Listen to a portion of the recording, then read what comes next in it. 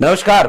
आज 15 जनवरी है और आज का दिन उत्तर प्रदेश ही नहीं पूरे देश की राजनीति के लिए बेहद अहम रहा। आज उत्तर प्रदेश की 4 बार पूर्व मुख्यमंत्री रही, देश के वंचित शोषित आवाम के लिए सियासी तौर पर एक बुलंद आवाज, देश में बहुजन आंदोलन की एक मुखर राजनेता जिन्होंने सामाजिक न्याय को जमीन पर उतारा और उत्तर प्रदेश जैसे प्रदेश की 4 बार मुख्यमंत्री।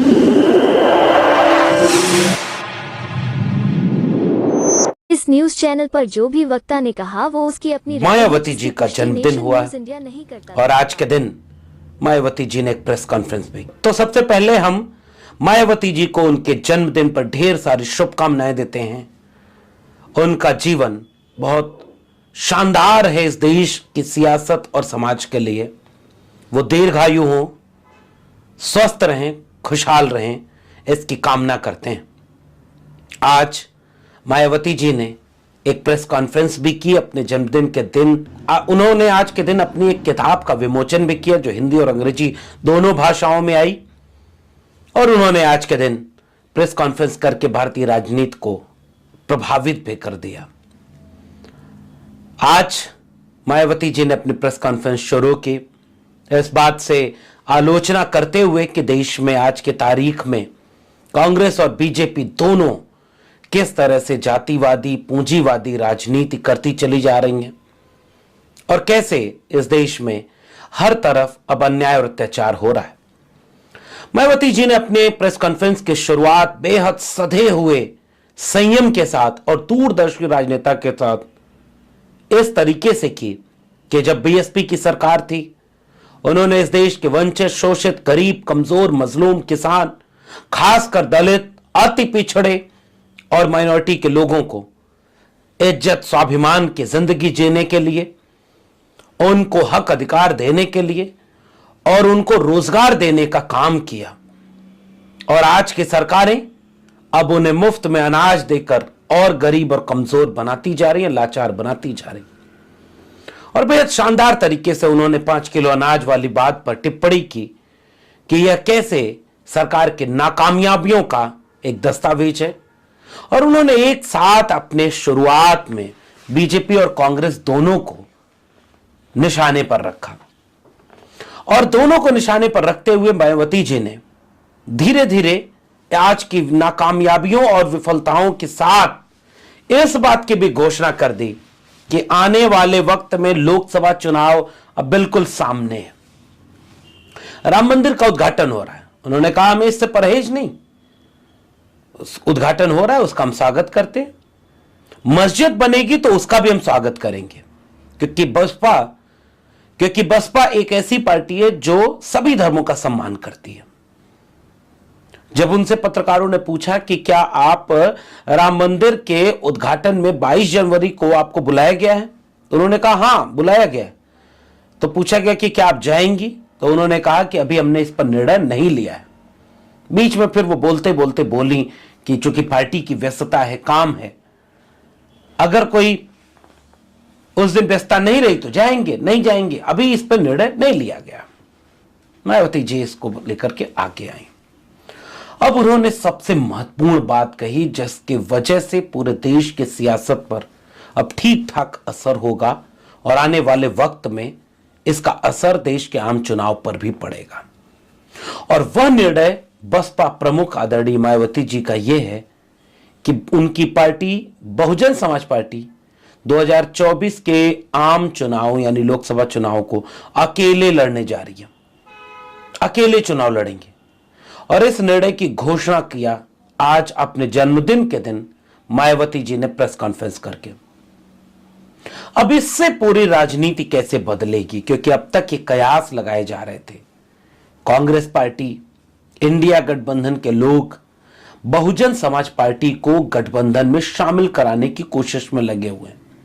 कुछ कुछ संकेत भी ऐसे मिल रहे थे जिससे यह उम्मीद बन रही थी कि हो सकता है चुनाव के करीब आते आते या कुछ दिन बाद बहुजन समाज पार्टी इंडिया गठबंधन का हिस्सा हो जाए, क्योंकि इस बात से सब वाकिफ हैं कि अगर गठबंधन नहीं होता है और बसपा अकेले चुनाव लड़ती है तो वो जो संविधान को मानने वाले लोगों का वोट है, जो बीजेपी के खिलाफ पड़ने वाला वोट है, वही बटेगा।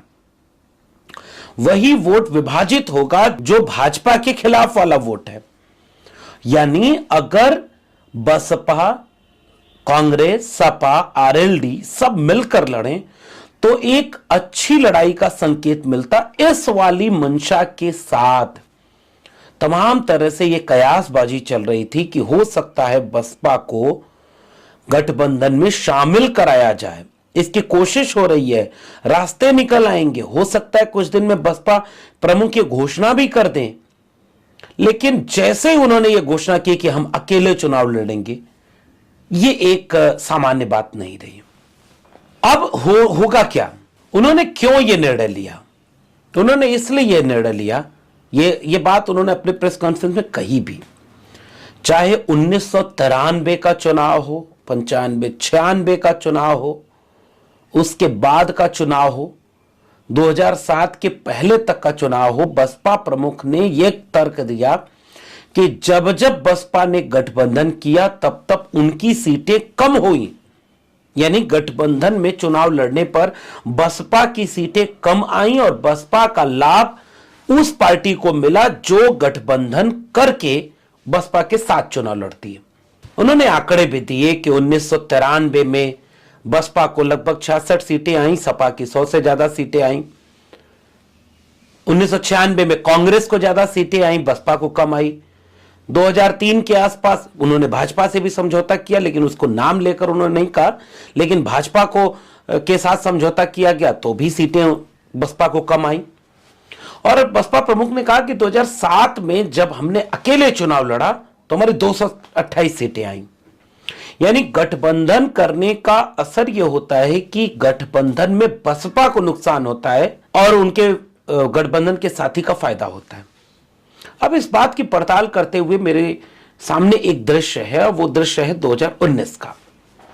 2019 में 1993 के बाद का एक अप्रत्याशित गठबंधन हुआ था।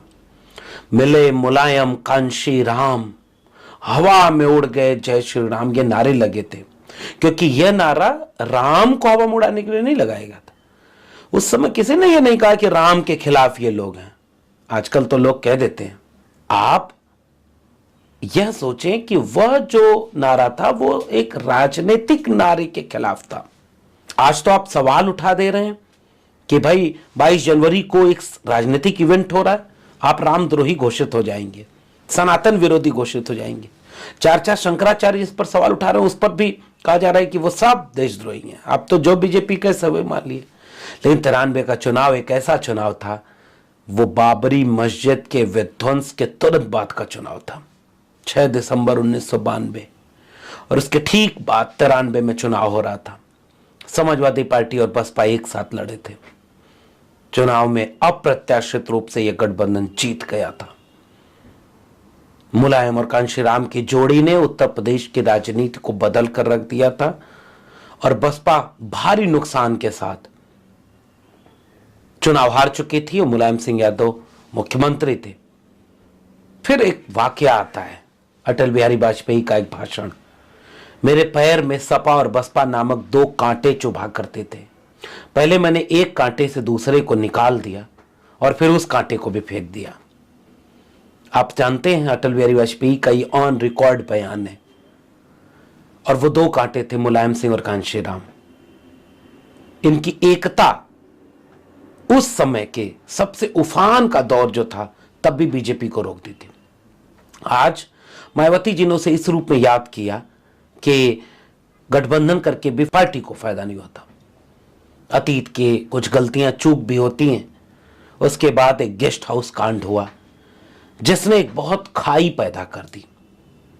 बहन जी के ऊपर हमले का, उनके विधायकों के ऊपर हमले का एक पूरा इतिहास, एक काला इतिहास, और जिसके लिए मुकदमे हुए, सब कुछ हुआ।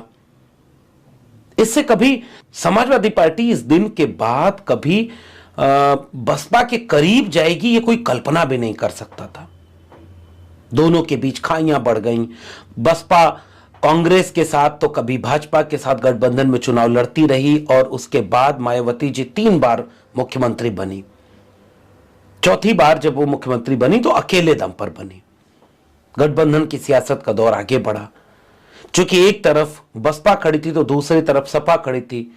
कई निर्णय ऐसे लिए गए जो दोनों के राजनीतिक प्रतिद्वंदिता की वजह से उस समय के लिहाज से ऐसे निर्णय थे जिन्हें आज कहा जाता है कि वो गलत थे। जैसे कुछ ऐसे महापुरुषों के नाम पर जिले का नाम रखा गया, समाजवादी पार्टी की सरकार में उसे बदल दिया गया। प्रमोशन रिजर्वेशन का बिल फाड़ दिया गया समाजवादी पार्टी के द्वारा। बाद के दिनों में आप गौर करेंगे कि 19 के चुनाव और 22 के चुनाव के आसपास एक फिर से बदलाव देखने को मिला। जब 19 के चुनाव में अखिलेश यादव खुद बहन जी के घर जाते हैं, एक तस्वीर बहुत प्यारी सी आती है कि दोनों फिर से एक होते हैं। बहन जी चुनाव प्रचार करने खुद मुलायम सिंह नेताजी के रहने पर उनके क्षेत्र में चुनाव प्रचार करने जाती हैं। एक मंच पर अखिलेश यादव, मुलायम सिंह यादव और आदरणीय मायावती जी सब एक साथ दिखते हैं। मंच से मायावती जी कहती हैं कि ये झूठा प्रधानमंत्री है नरेंद्र मोदी, खुद को ओबीसी कहने वाला। ओबीसी का अगर कोई बड़ा नेता है तो वो है मुलायम सिंह यादव। और आपको पता होना चाहिए कि गेस्ट हाउस कांड में हुए मुकदमे को मायावती जी ने वापस ले लिया था। जब गठबंधन हुआ तो एक उम्मीद का गठबंधन था, लोग एकजुट हो गए थे। तमाम गलतियों और तमाम तरह की चूक के आगे बढ़ करके दो राजनीतिक दलों ने एक ऐसा निर्णय लिया था जिससे कि समाज को बदलना था।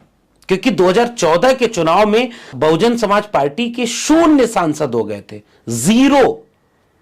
और 2014 के चुनाव में समाजवादी पार्टी के केवल परिवार के लोग ही चुनाव जीते थे 5 सीटों पर, बाकी सब लोग चुनाव हार गए और एक तरफ से बीजेपी चुनाव जीत गई थी 2014 में। इसलिए 2019 में जब गठबंधन हुआ था तो ऐसा लगा था कि अब यह गठबंधन बहुत कुछ बड़ा राजनीतिक असर दिखाएगा। तो वो जो चूक थी, वो दो दलों के बीच जो खाई थी, वो खुद मायावती जी ने पाटा, दिल बड़ा दिखाया, केस वापस लिए, समाजवादी पार्टी के साथ गठबंधन किया, साथ में चुनाव प्रचार किया। लेकिन इसके बाद भी बहुत सारे लोग आज उस खाई को बढ़ाने में लगे रहते हैं कि नहीं नहीं, वो जो प्रमोशन रिजर्वेशन का बिल फाड़ा, जिलों के नाम बदले, वो सपा कैसे दलितों के साथ खड़ी हो सकती है। लेकिन 19 में सब एक साथ खड़े थे। लेकिन जैसे ही गठबंधन के बाद रिजल्ट आता है, और वो रिजल्ट आदरणीय मायावती जी ने कोट नहीं किया अपने प्रेस कॉन्फ्रेंस में। 0 पर रहने वाली बहुजन समाज पार्टी 2019 के लोकसभा चुनाव में 10 सांसद जिता देती है और 5 सीटों पर 2014 में रहने वाली सपा को 5 ही सीटें 2019 में मिलती हैं। यानी इस गठबंधन का लाभ बहुजन समाज पार्टी को हुआ था, जो 0 से 10 सीटों पर पहुंच गई।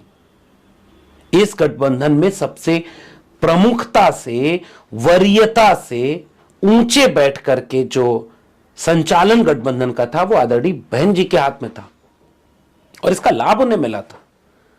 जनता के बीच, हमने उस समय के लोगों के बीच देखा था, जो एक दूरी ओबीसी और एससी समुदाय के बीच रही, वो कम होती नजर आई। लोग आपस में एकजुट हो रहे थे। लोग कह रहे थे कि नहीं, ये स्वाभाविक गठबंधन है, इन सबको साथ रहना चाहिए।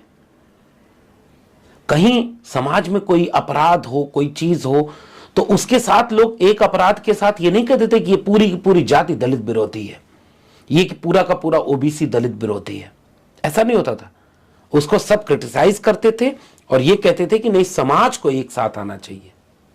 तो 2019 के चुनाव के गठबंधन में बहुजन समाज पार्टी को लाभ हुआ, यह बात आज बहन जी ने नहीं बताई। 2022 के चुनाव में फिर से बसपा अकेले लड़ी थी। बसपा किसी से गठबंधन नहीं की थी और बसपा एक सीट पर रह गई। 2017 तक जो Bahujan Samaj party 22% vote, 24% vote, 2022 के विधानसभा चुनाव में अकेले लड़ते हुए बहुजन समाज पार्टी केवल 12.8% वोट पर सिमट गई और लगभग 11-12% एक जाति, दलित समाज में एक जाति जिसे जाटव कहते हैं, उसकी आबादी तो जो अकेले लड़ी बसपा वो विधानसभा में एक सीट पर पहुंच गई, और वो एक सीट उमाशंकर सिंह है जो कहा जाता है कि वो अपने दम पर अपने प्रभाव की वजह से जीते हैं। तो ये जो आंकड़े हैं वो कुछ और कहानी कहते हैं कि अगर 2024 में अकेले बहुजन समाज पार्टी लड़ती है तो 19 और 22 से ही तुलना की जाएगी। चीजें बदल गई हैं। अगर आप 17 की भी तुलना करेंगे तो 19 विधायक, बहुजन समाज पार्टी के केवल 19 विधायक। और यह कहानी यह कहती है कि वह जो वोटर है दलित समाज का, अति पिछड़े समाज का, ओबीसी समाज का, माइनॉरिटी का, वो सब मिलकर के चाहते हैं कि जो संविधान को बदलना चाह रहे हैं, जो आरक्षण को खत्म करना चाह रहे हैं, जो सामाजिक न्याय को एकदम हाशिए पर ढकेल करके वंचित, शोषित, गरीब, कमजोर, मजलूम, किसान, मजदूर को शिक्षा, रोजगार, स्वास्थ्य, इन सब से एकदम बेदखल करके बिल्कुल गुलाम बना देने पर आमादा हैं, वे सारे लोग बीजेपी के खिलाफ खड़े होकर वोट देना चाहते हैं। उनके मतभेद समाजवादी पार्टी से हो सकते हैं, उनके मतभेद कांग्रेस से हो सकते हैं, उनके मतभेद बसपा से भी हो सकते हैं, लेकिन अगर ये सारे लोग एक होते तो उन मतभेदों के किनारे जाकर के वह पूरा का पूरा समाज अगर एक जगह वोट दे देता तो कल्पना करिए 80 सीटों में से 8 सीटें भी भाजपा को जीतना मुश्किल हो जाता। लेकिन अब क्या होगा? अब ओबीसी के खिलाफ दलित समाज लिखेगा, दलित समाज के खिलाफ ओबीसी के लोग लिखेंगे। ट्विटर पर चलता है, कोई एक घटना हो जाए तो पूरे ओबीसी को उसकी उलाहना, ऐतिहासिक रूप से उसको विलेन बताना, पुरानी घटनाओं को बार बार दोहराते जाना कि भाई गेस्ट हाउस कांड इतना बीजेपी और आरएसएस नहीं करती जितना इस खेमे के लोग करते हैं। और उनमें से बहुत सारे लोगों को बीजेपी इस तरह इस्तेमाल भी कर रही हो, इससे भी इनकार नहीं किया जा सकता। इसलिए मैं ट्विटर हैंडल और सोशल मीडिया पर जिन नामों के आगे यादव लगा है, जिन नामों के आगे गौतम लगा है, जिन नामों के आगे आपको ओबीसी और एससी होने का भ्रम हो, और वो ट्विटर हैंडल पर कुछ भी लिखें उसके प्रभाव में मत आइएगा। आरएसएस और बीजेपी वालों ने हजारों ऐसे ट्विटर हैंडल और सोशल मीडिया अकाउंट बनाए हैं जो ओबीसी और एससी लोगों के नाम पर हैं, लेकिन उस पर बातें इतनी खराब लिखी जाती हैं ताकि उस कम्युनिटी को दूसरे अपने कम्युनिटी के खिलाफ दुश्मन बनाकर पेश कर दिया जाए, और वो खाइयां बढ़ाने में लगे रहते हैं। अगर 2019 के चुनाव में गठबंधन करके मुकदमे वापस ले लिया मायावती जी ने, तो राजनीति के कुछ पुराने अध्याय होते हैं वो खत्म हो चुके होते हैं। अतीत की गलतियां से सबक लेकर के जो आगे न बढ़े वो राजनेता कैसा? और राजनेता ही होता है। राजनेता को जब समझ में आता है कि चीजें खराब हैं, वो सीटें जिताने में और उनको चुनाव में लाभ नहीं दे रही हैं, तो वो बहुजन से सर्वजन होता है और दूसरी पार्टियां भी समझौते करती हैं। लेकिन अतीत की गई गलतियां समय के साथ छोड़ दी जाती हैं। राजनीति का तकाजा यह है। बीजेपी ओम प्रकाश राजभर जैसे नेता को भी अपने गले लगाने को तैयार है जिसने उनको गालियां दी हों, और हम जो सपा और बसपा के लोग हैं वो खाई इतनी बढ़ती जा रही कि वो अतीत की गलतियां गिनाकर, इससे बीजेपी का नुकसान होगा या इन्हीं दोनों समाज का नुकसान होगा? कल्पना करें, विचार करें। और मायावती जी को भी इस बात का विचार करना चाहिए कि आंकड़े उनके पक्ष में गवाही नहीं दे रहे हैं। अगर ये चुनाव बहुजन समाज पार्टी अकेले लड़ती है, अगर 2024 के चुनाव में इंडिया अलायंस में यूपी में अगर बसपा अकेले चुनाव लड़ती है तो इसका लाभ किसे मिलेगा, यह आप भी कमेंट में बताएं। पिछली बार मैंने ये टिप्पणी की, लोगों ने कहा कि नहीं बसपा के खिलाफ ये बोल रहे हैं। कल्पना करिए कि संविधान बचाने वाला वोट अगर एक लोकसभा में 2 जगह बंटता है, 2 खेमों में बंटता है, तो तीसरा जीतेगा कि नहीं जीतेगा? अब इसमें आप गलती किसी की भी मान ले, फायदा तो किसी एक का ही हो रहा है, उसे आप भी जानते हैं। अगर सब अलग होकर लड़े तो इसका फायदा एक ही को होने वाला है। आप भी बताइए ना अगर मैं गलत कह रहा हूं तो। और इसलिए वक्त के तकाजे के साथ ऐसा होना नहीं चाहिए था जो हो गया। अभी भी वक्त है, सियासत में कुछ भी अंतिम नहीं होता है। मायावती जी ने जब आज ये घोषणा कर दी है कि वो अकेले चुनाव लड़ेंगी, तो हो सकता है कि वो आखिरी वक्त तक इसी निर्णय पर टिकी रहें और बसपा अकेले ही चुनाव लड़े। फिर उत्तर प्रदेश में एक ही पार्टी को इसका फायदा होगा, ऐसा मेरा मानना है। आपका क्या मानना है, आप कमेंट बॉक्स में नीचे बताइएगा। और राजनीति में दूसरे रास्ते भी खुले होते हैं समय के साथ, क्योंकि पिछला बयान मायावती जी का ये था कि गठबंधन के लोगों को किसी और दल के ऊपर टीका टिप्पणी करने से बचना चाहिए। कब वक्त बदल जाए और कब किसको किसकी जरूरत पड़ जाए तो मुश्किल होगी। मुझे उम्मीद है कि समाजवादी पार्टी, कांग्रेस के लोग संयम बरतेंगे और बहन जी के खिलाफ कुछ भी नहीं कहेंगे। हालांकि अखिलेश जी ने जब ये बात कही कि हम मायावती जी एक बड़ी नेता हैं, उनके खिलाफ कुछ भी नहीं कहना है, आज मायावती जी ने थोड़ा तल्ख होकर के, इतनी तल्खी ठीक नहीं राजनीति में, गिरगिट की तरह रंग बदलने तक को कह दिया। मुझे लग रहा है ये ऐसे वाक्य, और वो भी इतने बड़े कद के नेता के वाक्य, जैसे रामगोपाल यादव ने ठीक उसी शैली में अगर कह दिया, अरे भाई छोड़ो मायावती जी के बारे में क्या बात करते हो, जैसे कमलनाथ कहते अरे भाई छोड़ो अखिलेश वखिलेश। इन बयानों का बहुत बुरा असर पड़ता है। कमलनाथ से जाकर पूछिएगा, रामगोपाल यादव को भी संयम बरतना चाहिए, जो संयम अखिलेश यादव ने बरता। अपने पूरी पार्टी के सामने कहा कि मायावती जी की बड़ी नेता है, उन पर कोई टिप्पणी नहीं करेंगे।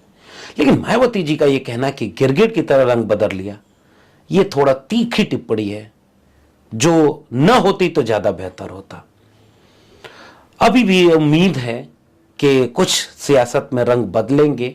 कब कौन सी चीज किस दिशा में बदले कहना मुश्किल होता है, लेकिन अगर ऐसी ही परिस्थिति बनी रही जो आज के प्रेस कॉन्फ्रेंस के बाद बसपा प्रमुख की तरफ से कही गई बात है, अगर यही बात बनी रही तो मेरा मानना है कि 2024 का चुनाव फिर अपने अंतिम मुकाम तक जा चुका है। इधर अगर ये अलग रही और उधर थोड़ी सी रही सही कसर नीतीश कुमार की नाराजगी किसी मुकाम तक चली गई और यूपी बिहार हाथ से गया, तो फिर क्या क्या हाथ से गया इसकी कल्पना करना मुश्किल है। फिर शायद इतना ही अवकाश रहेगा कि उन बर्बादियों के सेहरे दलित समाज ओबीसी पर बांधेगा, ओबीसी दलितों पर बांधेगा, सपा कांग्रेस मिलकर बसपा पर बांधेंगी, बसपा मिलकर कांग्रेस पर बांधेगी। लेकिन उन बर्बादियों के सेहरे जिनकी जिंदगियों में जाएंगे, मुझे लग रहा है कि वो उन्हें तबाह कर देंगे। आपका क्या मानना है नीचे कमेंट बॉक्स में बताइएगा। फिर मिलेंगे।